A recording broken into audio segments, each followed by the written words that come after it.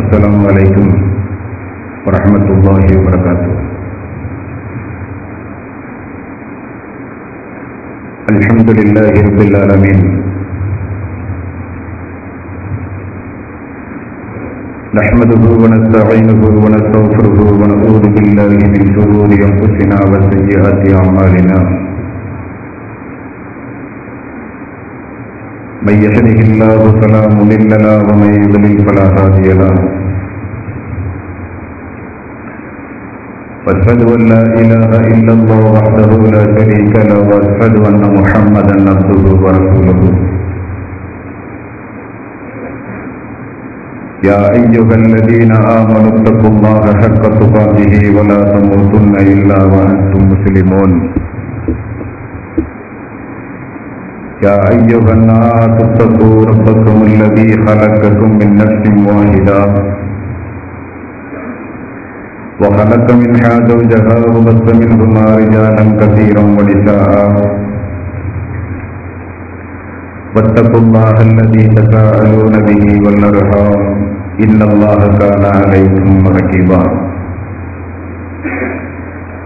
या अय्युहल्लज़ीना आमनु इत्तक़ुल्लाह व क़ूलू क़ौलन सदीदा युस्लिह लकुम अअमालकुम व यग़फिर लकुम ज़ुनूबकुम व मन युति'िल्लाह व रसूलहु फ़क़द फ़ाज़ फ़ौज़न अज़ीमा। फ़इन्न ख़ैरल हदीस किताबुल्लाह व ख़ैरल हदी हदी मुहम्मदिन सल्लल्लाहु अलैहि वसल्लम व शर्रल उमूरि मुहदसातुहा व कुल्लु मुहदसतिन बिदअह व कुल्लु बिदअतिन ज़लालह व कुल्लु ज़लालतिन फ़िन्नार। வார்த்தைகளில் சிறந்தது அல்லாஹ்வினுடைய வார்த்தை என்றும், வழிகாட்டுதலில் சிறந்தது நபிகள் நாயகம் ஸல்லல்லாஹு அலைஹி வஸல்லம் அவர்களுடைய வழிகாட்டுதல் என்றும், காரியங்களில் மிக மிக கெட்டது மார்க்கங்களில் வித்தியாசங்களை உண்டாக்குவது. ஒவ்வொரு வித்தியாசமான காரியங்களும் வழிகேடுகள் அனைத்தும் உங்களை நரகில் கொண்டு போய் சேர்க்கும் என்று நபிகள் நாயகம் ஸல்லல்லாஹு அலைஹி வஸல்லம் அவர்கள் தங்களுடைய ஒவ்வொரு சொற்பொழிவின் துவக்கத்திலும் இந்த மனித சமுதாயத்திற்கு நினைவுறுத்தியதை சிறப்புமிக்க இந்த நிகழ்ச்சியில் வந்தமர்ந்து கேட்டுக் கொண்டிருக்கின்ற உங்களது சிந்தனையிலும் அந்த நபிமொழியை நினைவுபடுத்தி எனது ஆரம்பம் செய்கிறேன். இணை வைத்தல், வித்தியாசங்கள், அனாச்சாரங்கள், மூட பழக்க வழக்கங்கள், சடங்கு சம்பிரதாயங்களை விட்டும் அமல்களை பாழாக்கி மறுமை நாளில் நரகத்திற்கு அழைத்து செல்லுகின்ற அனைத்து தீய எண்ணங்கள், நடவடிக்கைகளை விட்டும் நம் எல்லோரையும் அல்லாஹ் காப்பாற்றி அவனுடைய மார்க்கத்தில் சொல்லப்பட்ட ஏவல் விளக்கல்களை நம்முடைய வாழ்வில் நாம் முழுமையாக பின்பற்றி மரணிக்கும் பொழுது உண்மை முஸ்லீமாக மரணித்து மறுமை நாளில் நபிகள் நாயகம் ஸல்லல்லாஹு அலைஹி வஸல்லம் அவர்களோடு சொர்க்கத்தில் நம் அனைவர்களையும் அல்லாஹ் வந்து சேர்ப்பானாக. அன்பார்ந்த சகோதரர்களே, கடந்த வருடம் நம்மோடு ரமலானுடைய மாதத்தில் நோன்பு நோற்ற எத்தனையோ நண்பர்கள், சகோதரர்கள், சகோதரிகள் இந்த வருடம் நம்மோடு இல்லை. அல்லாஹ் தஆலா இவ்வருட ரமலானுடைய மாதத்தை சந்திக்கின்ற ஒரு வாய்ப்பை நம் அனைவர்களுக்கும் அல்லாஹ் வழங்கியுள்ளான். ரமலானுடைய கடைசி நாள் வரை உடல் ஆரோக்கியத்தோடு அதிகம் நல்லறங்கள் செய்கின்ற ஒரு வாய்ப்பை அல்லாஹ் நம் அனைவர்களுக்கும் தந்தர வேண்டும். இந்த புனிதமிக்க ரமலானுடைய மாதத்தில் அறிவோம் அகிலத்தின் தூதரை என்கிற ஒரு தலைப்பை தேர்வு செய்து நபிகள் நாயகம் ஸல்லல்லாஹு அலைஹி வஸல்லம் அவர்களை ஓர் அளவுக்கு இன்ஷா அல்லாஹ் இந்த தொடர் உரையின் மூலம் நாம் அறிந்து கொள்ள கடமைப்பட்டிருக்கிறோம். நாம் ரசூலுல்லாஹி ஸல்லல்லாஹு அலைஹி வஸல்லம் அவர்களை நேசித்தல் என்பது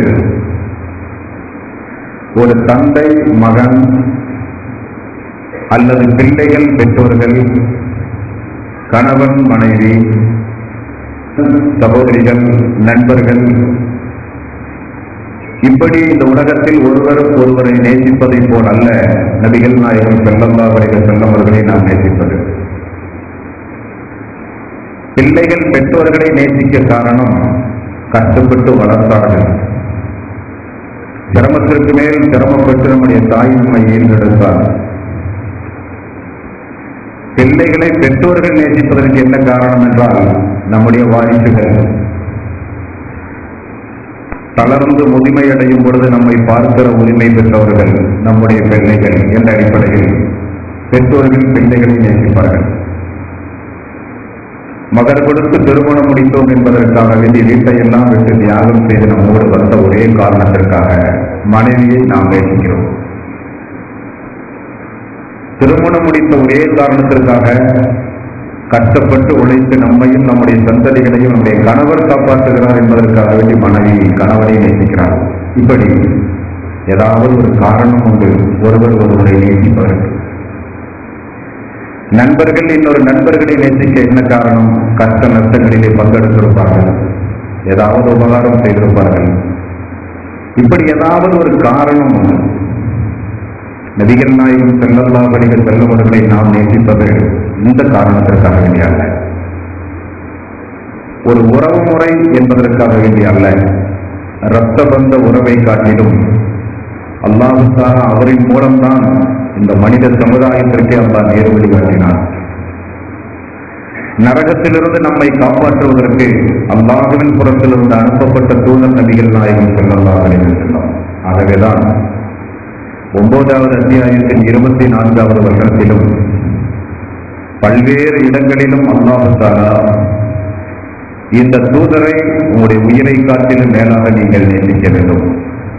அந்நபியு அவுலா பில் முஃமினீன அன்ஃபுஸஹும், உங்களுடைய தாய் தந்தை மனைவி மக்கள் சொத்து சுகம் அனைத்தையும் காட்டிலும், உலக மக்களை காட்டிலும் ரசூலுல்லாஹி ஸல்லல்லாஹு அலைஹி வஸல்லம் அவர்களை நீங்கள் நேசிக்க வேண்டும். லா யுமினு அஹதுக்கும் ஹத்தா அகூன அஹப்ப இலைஹி மின் வாலிதிஹி வ வலதிஹி வன்னாஸி அஜ்மஈன். நீங்கள் உண்மை மூமினாக முடியாது. இஸ்லாத்தோடு சம்பந்தப்படுத்துகிறார்கள் ரசூலுல்லாஹி ஸல்லல்லாஹு அலைஹி வஸல்லம் அவரை நேசிப்பதை. தாய் தந்தை சகோதரன் சகோதரி நண்பர்கள் உற்றார் உறவினர்கள் நேசித்தல் என்பது இஸ்லாம் சம்பந்தப்பட்டதல்ல. ரசூலுல்லாஹி ஸல்லல்லாஹு அலைஹி வஸல்லம் லா யுமினு அஹதுக்கும் ஹத்தா அகூன அஹப்ப இலைஹி மின் வாலிதிஹி வ வலதிஹி வன்னாஸி அஜ்மஈன். நீங்கள் உண்மை மூமினாக முடியாது, உங்களுடைய தாய் தந்தை உலக மக்கள் அனைவர்களை காட்டிலும் என்னை நேசிக்காதவரை என்று ரசூலுல்லாஹி ஸல்லல்லாஹு அலைஹி வஸல்லம் அவர்கள் கூறினார்கள். அப்படிப்பட்ட அல்லாஹ்வுடைய ரசூலை முஸ்லிம்களாகிய நாம் அறிந்து கொள்ளாமல் மரணித்தால் அது வாழ்வில் மிகப்பெரிய நஷ்டத்தை நமக்கு ஏற்படுத்தி தந்துவிடும். பொருளாதார இழப்பு நஷ்டம் நமக்கு ஏற்பட்டால் உலகத்தில் அதை ஈடுகட்டலாம் வாய்ப்புகள் உண்டு. அல்லாஹ்வுடைய ரசூலை மறந்தோ அறியாமலோ அவரோடு ஒரு தொடர்பை நாம் ஏற்படுத்திக் கொள்ளாமலோ மரணித்தால் கபருடைய வாழ்விலிருந்து மறுமையுடைய வாழ்வு வரை அது மிகப்பெரிய கேள்விக்குறியாகிவிடும். அல்லாஹ் அந்த நிலையிலிருந்து நம் அனைவர்களையும் காப்பாற்ற வேண்டும். பொதுவாகவே இந்த உலகத்தில் நாம் யாரையாவது ஒருவரை நேசித்தால் அவரை பற்றி முழு சரித்திரத்தை நாம் தெரிந்து வைத்திருக்கிறோம். ஒரு அரசியல் கட்சியில் ஒரு மனிதர் அங்கம் வகித்தால் அவர் நேசிக்கிற தலைவருடைய சரித்திரத்தை அவன் தெரிந்து வைத்திருக்கிறார். ஒரு சினிமா நடிகரை ஒரு மனிதன் நேசிக்க ஆரம்பித்தால் அவருடைய குடும்பத்தினுடைய அனைத்து விவகாரங்களையும் அவன் புரிந்து வைத்திருக்கிறான். ஒரு எழுத்தாளரையோ ஒரு ஓவியரையோ ஒரு அரசியல் கட்சி தலைவரையோ ஒரு புரட்சியாளரையோ ஒரு நடிகரையோ ஒரு நடிகையையோ யாரை ஒரு மனிதன் நேசித்தாலும் சரி அவர்களைப் போல நடக்க ஆசைப்படுகிறான். அவர்களுக்கு இழப்பு என்றால் இவனால் தாங்கிக் கொள்ள முடியவில்லை. அவர்களுக்காக வேண்டி பொருளாதாரம், உழைப்பு எல்லாம் தியாகம் செய்கிறான். இப்படி யாரையாவது மனிதர்கள் இந்த உலகத்தில் நேசிக்க ஆரம்பித்தால் அவர்களை குறித்து முழு சரித்திரத்தை தெரிந்து வைத்துக் கொள்கிறார்கள், அல்லாஹ்வுடைய ரசூலை தவிர. நபிகள் நாயகம் ஸல்லல்லாஹு அலைஹி வஸல்லம் அவர்களைத்தான் இந்த சமுதாயம் அறியாமலேயே வாழ்ந்து கொண்டிருக்கின்றது. அவர் யார்? அல்லாஹ்வுடைய ரசூலுடைய பெயர் என்ன என்று கூட யாருக்குமே தெரியாது. எத்தனை பேர் ரசூலுல்லாஹி ஸல்லல்லாஹு அலைஹி வஸல்லம் அவர்களுக்கு உண்டு? அவருடைய குடும்பம் எவ்வளவு மனைவிமார்கள்? அவர்களுடைய மனைவிமார்களை குறித்து எதிரிகள் சொல்லப்படுகிற விமர்சனங்களுக்குரிய பதில்களை நாம் தெரிந்து கொண்டோமா என்றால் இல்லை. அவருக்கு எத்தனை மக்கள்? அவர் எத்தனை ஆண்டு காலம் நபியாக வாழ்ந்தார்கள்? மக்காவில் எத்தனை ஆண்டு காலம்? மதீனாவிலே எத்தனை ஆண்டு காலம்? அவருடைய பிறப்பில் ஏதாவது முக்கியமான நிகழ்வுகளை, அதிசயங்களை அல்லாஹு தஆலா ஏதாவது நிகழ்த்தி காட்டினானா? மக்கா நகரத்தை அல்லாஹு தஆலா தேர்வு செய்வதற்கு என்ன காரணம் என்றெல்லாம் மிக மிக சுருக்கமாக இந்த தொடர் உரையில் ஒவ்வொரு நாளும் ரசூலுல்லாஹி ஸல்லல்லாஹு அலைஹி வஸல்லம் அவருடைய வாழ்க்கை நிகழ்வுகளை நாம் பார்க்க வேண்டும். நிகழ்ச்சியில் பங்கெடுத்திருக்கிற நாம் ஒவ்வொருவரும் அதை அறிந்து கொள்வதோடு மட்டும் நிறுத்திக் கொள்ளாமல் நம்முடைய நண்பர்களுக்கு பகிர வேண்டும், நம்முடைய குடும்பங்களுக்கு எடுத்துச் சொல்ல வேண்டும். நமக்கு ஒரு தூதர் உண்டு. நமக்கு அல்லாஹ் தஆலா ஒரு தூதரை அனுப்பியிருக்கிறார். நாம் நினைத்த மாதிரி உலகத்தில் வாழ முடியாது. உண்ணுவதாக இருந்தாலும், உறங்குவதாக இருந்தாலும், மலஜலம் கழிப்பதாக இருந்தாலும், தலை மாறுவதாக இருந்தாலும், ஆடை அணிவதாக இருந்தாலும், செருப்பணிவதாக இருந்தாலும், ஆட்சி செய்வதாக இருந்தாலும் கூட அல்லாஹ்வுடைய ரசூலுடைய வழிகாட்டி நெறிமுறை என்ன என்பதை நாம் தெரிந்து கொண்டுதான் இந்த உலகத்தில் வாழ முடியும். அப்படி முழுக்க முழுக்க சொர்க்கம் நாம் செல்ல வேண்டுமானால் இந்த தூதரை நாம் அறிந்து கொண்டே ஆக வேண்டும். கபருடைய கேள்வி கணக்கை குறித்து நீங்கள் எல்லாம் பல முறை பயான்களிலே கேள்விப்பட்டவர்கள் தான். ஒரு நபிமொழியை பாருங்கள். ஒரு மனிதன் விசாரணைக்காக வேண்டி கபரில் எழுப்பி அவனை அமர வைக்கும் போது மலக்குமார்கள் இஸ்லாம் குறித்து, அல்லாஹ்வை குறித்து, வேதத்தை குறித்து கேட்பதோடு இந்த தூதர் யார் என்றும் கேட்பார்கள். இந்த தூதர் யார், இந்த முஹம்மது என்பவர் யார் என்று கேட்பார்கள். அல்லாஹ் காப்பாற்ற வேண்டும். முனாஃபிக்குகள், முனாஃபிக்கான ஆண்கள், முனாஃபிக்கான பெண்கள், இஸ்லாத்தை பரிகாசம் செய்கிற ஆண்கள், இஸ்லாத்தை பரிகாரம் செய்கிற பெண்கள், இறை நிராகரிப்பில் வாழ்ந்த மக்கள், இவரை குறித்து நாங்கள் ஏதோ சமுதாயத்தில் வாழும் பொழுது எங்களுடைய காதுகளில் ஓரளவுக்கு நாங்கள் இவரை குறித்து தெரிந்து கொண்டோம், கேட்டோம் என்று பொதுப்போக்காக பதில் சொல்லுகிற ஒரு நிலை உருவாகும். அதற்கு பிறகுதான் அவர்களுக்கு வேதனைகள் ஆரம்பமாகும் என்று ரசூலுல்லாஹி ஸல்லல்லாஹு அலைஹி வஸல்லம் அவர்கள் கூறினார்கள். அப்படிப்பட்ட நமக்கு மறுமை நாளில் சொர்க்கத்தை மீட்டுத் தருவதற்காக வேண்டிய அல்லாஹ்வுடைய அனுமதியோடு தூதராக இந்த உலகத்தில் வாழ்ந்து மரணித்த ரசூலுல்லாஹி ஸல்லல்லாஹு அலைஹி வஸல்லம் அவர்களை குறித்து கண்டிப்பாக நாம் அறிந்து கொள்ள வேண்டும் சகோதரர்களே. அதே போல இந்த உலகத்தில் இயற்கையாக சாதாரணமாக எல்லோருக்கும் மரணம் வருவதை போல அரசியல் கட்சி தலைவர்களுக்கு, நாட்டை ஆளுகிற பிரதமர்களுக்கு, ரசிகர்களுக்கு, சினிமா நடிகர்களுக்கு இயற்கையாகவே மரணம் வரும். அந்த இயற்கையான மரணத்திற்கு கூட மிகப்பெரிய கலகத்தை இந்த சமுதாயத்தில் ஏற்படுத்தி விடுவார்கள். அரசு பொருள்களை நாசப்படுத்துவது, விடுமுறை விடுவது, தீக்குடிப்பது, எத்தனையோ அசம்பாவித சம்பவங்களை எல்லாம் இந்த உலகத்தில் ஏற்படுத்துவார்கள். எதற்காக? நாம் நேசித்த ஒரு தலைவர் இறந்து போய்விட்டார் என்பதற்காக. ஆனால் உயிரை விட மேலாக இந்த உலகத்தில் மதிக்க வேண்டும் என்று அல்லாஹ் அறிவிப்பு செய்த இறுதி தூதர் நபிகள் நாயகம் ஸல்லல்லாஹு அலைஹி வஸல்லம் அவர்கள் இந்த உலகத்தை விட்டு பிரியும் போது அந்த மதீனா மக்களுடைய மனோநிலைகள் என்ன, எப்படி அந்த சமுதாயம் அதை எதிர்கொண்டது என்பது முதற்கொண்டு இந்த தொடர் உரையில் இன்ஷா அல்லாஹ் நாம் பார்க்க வேண்டும். அறிவோம் அகிலத்தின் தூதரை என்பது இந்த தொடர் உரையினுடைய தலைப்பு. இந்த உரையை நாம் துவங்குவதற்கு முன்னால் இன்றைய தினம் நபிகள் நாயகம் ஸல்லல்லாஹு அலைஹி வஸல்லம் அவர்கள் யார்? இவரை அல்லாஹு தஆலா இறுதி தூதராக அனுப்ப திட்டம் தீட்டி அந்த திட்டத்தை அல்லாஹு தஆலா எந்த இறை தூதரிலே இருந்து ஆரம்பித்தான் என்று நாம் பார்க்கும்போது மிகப்பெரிய ஒரு பேர் உண்மை நமக்கு தெரிய வருகிறது. இந்த உலகத்தில் யூதர்களும் கிறிஸ்தவர்களும் கியாம நாள் வரை நம்மை எதிர்ப்பதற்கு என்ன காரணம்? அவர்களுடைய சொத்துக்களை போய் அபகரித்தோமா? அவருடைய ஆட்சி அதிகார விஷயத்தில் போய் தலையிட்டோமா? நாம் உண்டு நமது வேலை உண்டு என்று இருக்கும்போது இந்த உலகத்தில் இருக்கிற முஸ்லிம்களை வேறொருக்க வேண்டும், அவர்களுடைய வேதங்களை இந்த மனித சமுதாயத்தில் இருந்து துடை தெரிய வேண்டும், இஸ்லாம் வளரக்கூடாது என்றெல்லாம் கிறிஸ்தவர்களும் யூதர்களும் மிக கடுமையாக எதிர்ப்பதற்கு என்ன காரணம் என்றால், அவர்களுடைய சமுதாயத்தில் அந்த தூதர் வரவில்லை என்பதுதான். அதற்குரிய சரித்திரத்தை நாம் பார்க்கும்போது, இப்ராஹிம் அலைஹிஸ்ஸலாத்து வஸ்ஸலாம் நபிமார்களுடைய தந்தை. ஆதம் நபி, இத்ரீஸ் நபி, நூஹ் நபி, இப்படி இஸ்லாத்தில் கொஞ்சம் பிரபல்யமான இறை தூதர்களுடைய பட்டியலில் அடுத்து வருபவர் இப்ராஹிம் அலைஹிஸ்ஸலாத்து வஸ்ஸலாம். இப்ராஹிம் அலைஹிஸ்ஸலாத்து வஸ்ஸலாம் அவர்களுக்கு 2 மனைவி 2 மக்கள். ஒரு மனைவி சாரா, இன்னொரு மனைவி ஹாஜரா.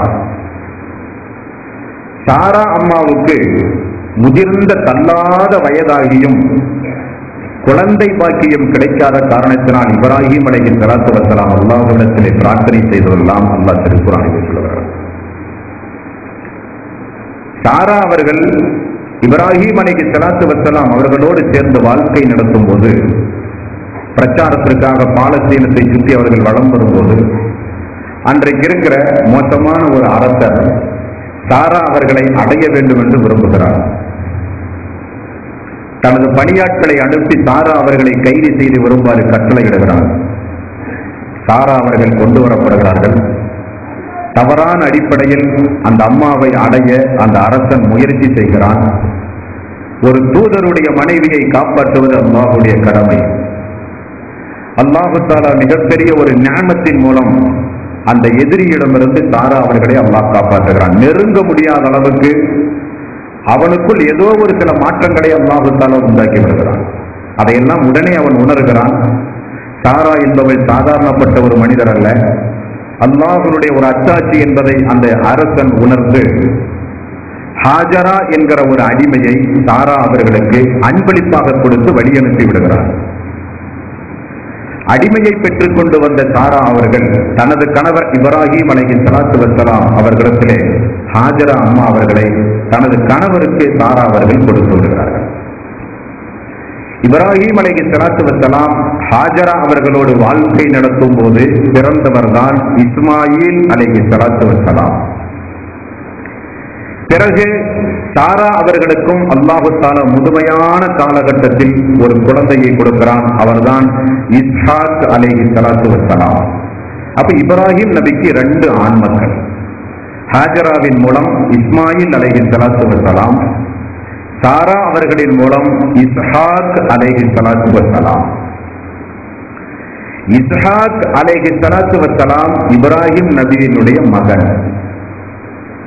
இந்த இஸ்ஹாக் நபியினுடைய மக்கள், பேர குழந்தைகள், பேர குழந்தைகளுடைய பேர மக்கள், இப்படி தொன்று தொட்டு அப்படியே நீங்கள் பார்த்தால் லட்சத்திற்கு மேற்பட்ட நபிமார்கள் யாருடைய பிள்ளைகளாக இருந்திருக்கிறார்கள் என்றால் இஸ்ஹாக் அலைஹிஸ்ஸலாத்து வஸ்ஸலாம் அவர்களுடைய பிள்ளைகள் தான்.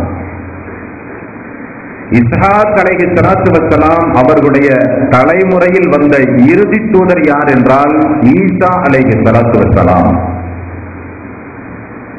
இஸ்மாயில் அலைஹிஸ்ஸலாத்து வஸ்ஸலாம் அவர்கள் பிறந்தவுடன் அல்லாஹ்வினுடைய அனுமதிக்கேற்ப பாலஸ்தீனத்தில் வாழ்ந்து கொண்டிருக்கிற இப்ராஹிம் அலைஹிஸ்ஸலாத்து வஸ்ஸலாம் கொண்டு வந்து கஅபாவுக்கு அருகிலே கொண்டு வந்து குடியமர்த்தி விடுகிறார். அப்ப இப்ராஹிம் அலைஹிஸ்ஸலாத்து வஸ்ஸலாம் அவர்களுக்கு பிறந்த இஸ்மாயில் நபி, அவருடைய தாய் ஹாஜரா, தண்ணீர் இல்லாத, எந்த வகையான ஒரு விளைச்சலும் இல்லாத, எந்த ஒரு செழிப்பும் இல்லாத ஒரு பாலைவனத்தில் கொண்டு வந்து மனைவியையும் மகனையும் விட்டு விட்டு செல்கிறார். இஸ்ஹாக் அலைஹிஸ்ஸலாத்து வஸ்ஸலாம் தந்தையோடு வாழ்கிறார். இஸ்ஹாக் நபியினுடைய பரம்பரையை பார்த்தால் எல்லாம் நபிமார்களுடைய பரம்பரை. இஸ்மாயில் நபியை கொண்டு வந்து பாலைவனத்திலே கொண்டு வந்து விட்டார். 5 முறை பார்ப்பதற்காக வேண்டி ஒவ்வொரு காரணத்திற்காக வேண்டியும் வந்தார். வந்து கஅபா மிகப்பெரிய வெள்ளப் பிரளயத்தால் சேதம் அடைந்திருந்ததை உணர்ந்து அந்த கஅபாவை கொஞ்சம் புனர் நிர்மாணம் செய்து 2 பேரும் தந்தையும் மகனும் சேர்ந்து அல்லாஹ்விடத்திலே செய்த துஆ திருக்குர்ஆனில் சூரத்துல் பக்கராவிலே உண்டு. யா அல்லாஹ், இப்ராஹிம் அலைஹிஸ்ஸலாத்து வஸ்ஸலாம் அவர்கள் செய்த துஆ, அல்லாஹ்வே எனது சந்ததிகளை தொழுகையாளியர்களாக நீ ஆக்குவாயாக. உலக மக்களுடைய கவனங்களை எல்லாம் எனது குடும்பத்தின் மீது நீ கொஞ்சம் ஈர்ப்பாயாக. ஹஜ் என்கிற கிரிகையை எனக்கு நீ காட்டித் தருவாயாக. எனது சந்ததிகளை முஸ்லிம்களாக இந்த உலகத்தில் நீ வாழ வைப்பாயாக என்றெல்லாம் ஒரு நீண்ட துஆவை இப்ராஹிம் அலைஹிஸ்ஸலாத்து வஸ்ஸலாம் அவர்கள் செய்து இறுதியில் ஒரு பிரார்த்தனை செய்கிறார். அதுதான் நமது தலைவர் நபிகள் நாயகம் ஸல்லல்லாஹு அலைஹி வஸல்லம் அவர்களுக்காக வேண்டி செய்த துஆ. இதை நீங்கள் பார்க்கலாம். சூரத்துல் பக்கரா 2வது அத்தியாயத்தின் 129வது வசனம். ரப்பனா வப்அத் ஃபீஹிம் ரசூலம் மின்ஹும். அல்லாஹ்வே, எனது இந்த சந்ததியிலிருந்து ஒரு தூதரை நீ அனுப்புவாயாக. நல்ல வார்த்தையை நீங்கள் கவனிக்க வேண்டும். கஅபாவிலே கொண்டு வந்து விடுகிறார். பாலைவனத்து பெருவீதியில் ஒரு மனைவியையும் மகனையும் விட்டு, மகன் வளர்ந்து ஓரளவுக்கு பெரிய ஆளாகி இருவரும் சேர்ந்து கஅபாவை கட்டி முடித்த பிறகு இப்ராஹிம் நபி அல்லாஹ்விடத்திலே செய்த துஆ, அல்லாஹ்வே, எனது இந்த சந்ததியிலிருந்து நீ ஒரு தூதரை நீ இந்த மனித சமுதாயத்திற்கு நீ அனுப்புவாயாக. யத்லு அலைஹிம் ஆயாத்திக வ யுஅல்லிமுஹுமுல் கிதாப வல் ஹிக்மத வ யுஸக்கீஹிம். அந்த தூதர் உனது வேதத்தை கொண்டு வந்திருக்க வேண்டும், மக்களுக்கு அந்த வேதத்தை ஓதி காட்ட வேண்டும், ஞானத்தை கற்பிக்க வேண்டும் என்றெல்லாம் ஒரு பிரார்த்தனை செய்கிறார். அல்லாஹு தஆலா அந்த பிரார்த்தனையை அங்கீகரிக்கிறார். அவர் தனது மகன் இஸ்ஹாக் அலைஹிஸ்ஸலாத்து வஸ்ஸலாம் அவர்களிடத்திலும் இதை குறித்து முறையிடுகிறார்.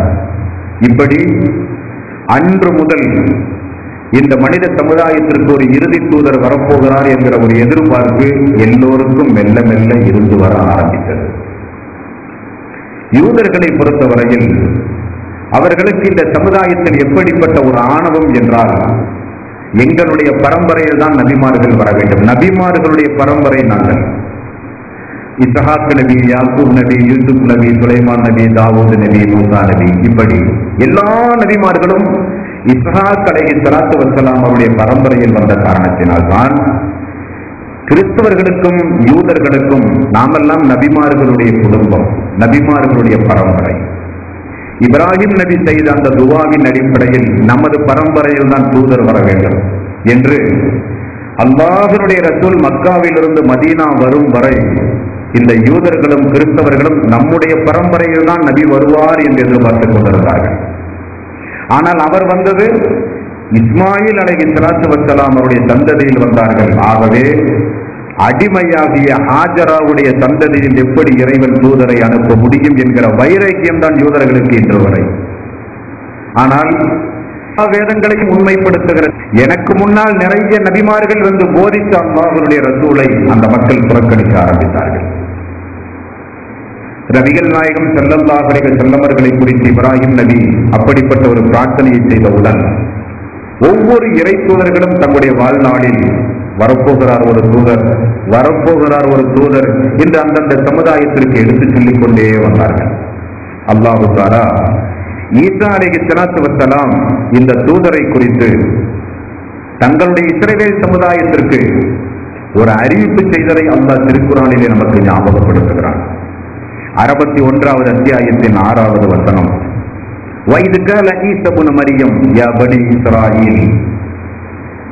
மரியமுடைய மகன் ஈசா தனது இஸ்ராயீல் மக்களை பார்த்து சொன்னார்கள், இஸ்ராயீல் மக்களே, இன்னி ரசூலுல்லாஹி இலைக்கும் முஸத்திக்கல் லிமா பைன யதைய மினத் தௌராத்தி வ முபஷ்ஷிரன் பிரசூலின். நிச்சயமாக அஹமத் என்கிற பெயரில் ஒரு தூதர் உங்களுக்கு வரப்போகிறார் என்று ஈசா அலைஹிஸ்ஸலாத்து வஸ்ஸலாம் அவர்கள் அந்த சமுதாயத்திற்கு செய்த அறிவிப்பையும் அல்லாஹ் திருக்குர்ஆனிலே ஞாபகப்படுத்துகிறார். மூசா அலைஹிஸ்ஸலாத்து வஸ்ஸலாம் அவர்கள் செய்த அறிவிப்பு ஓல்டு டெஸ்டமெண்ட், நியூ டெஸ்டமெண்ட், பழைய ஏற்பாடு, புதிய ஏற்பாடு, பைபிள்களை நீங்கள் பார்க்கலாம். ரசூலுல்லாஹி ஸல்லல்லாஹு அலைஹி வஸல்லம் அவர்களை குறித்துள்ள முன்னறிவிப்புகள். பழைய ஏற்பாடு. பழைய ஏற்பாடு